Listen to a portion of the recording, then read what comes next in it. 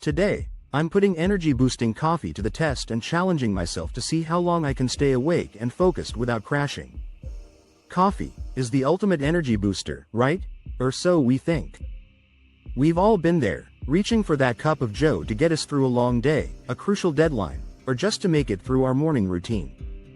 But have you ever stopped to think about what's really going on when we rely on coffee to give us energy and boost our productivity? The truth is that relying on coffee for energy can be a bit of a double-edged sword. On the one hand, that initial energy rush can be amazing, helping us power through even the most tedious tasks. On the other hand, we've all experienced those dreaded energy crashes that seem to come out of nowhere, leaving us feeling sluggish, lethargic, and reaching for another cup just to make it through the rest of the day.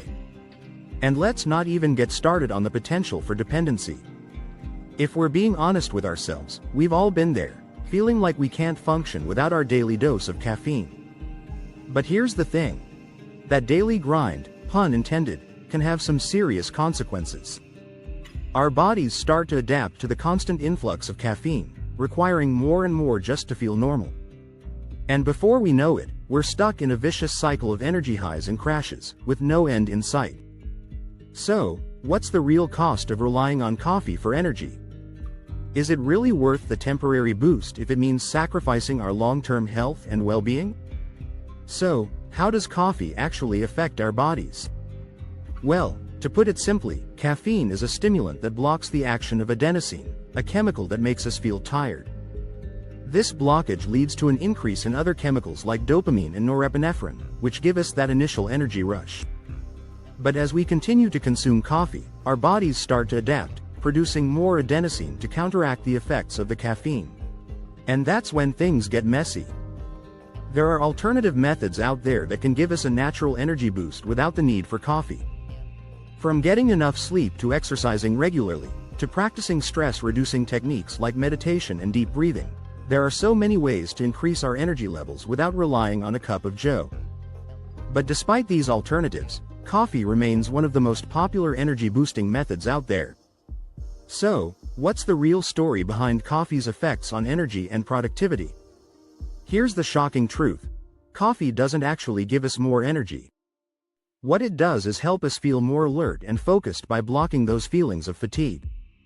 But in reality, our energy levels remain the same. And when we rely on coffee to get us through the day, we're actually sacrificing our long-term energy levels in favor of a quick fix.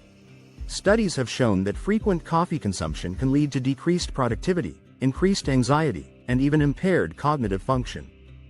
The expert consensus is clear. Coffee is not the energy booster we think it is. Many experts recommend limiting our daily caffeine intake to avoid these negative effects. So, what does this mean for us coffee lovers out there? It means it's time to rethink our approach to energy and productivity.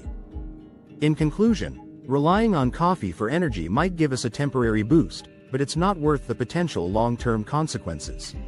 By understanding how coffee truly affects our bodies, we can start to make healthier choices that prioritize our well-being and give us sustained energy levels without the need for a cup of joe. Thanks for watching, guys. If you've got a story about coffee and energy, share it with us in the comments below. And if you want to learn more about healthier energy-boosting alternatives, be sure to check out our next video. Today, I'm putting energy-boosting coffee to the test and challenging myself to see how long I can stay awake and focused without crashing. Coffee is the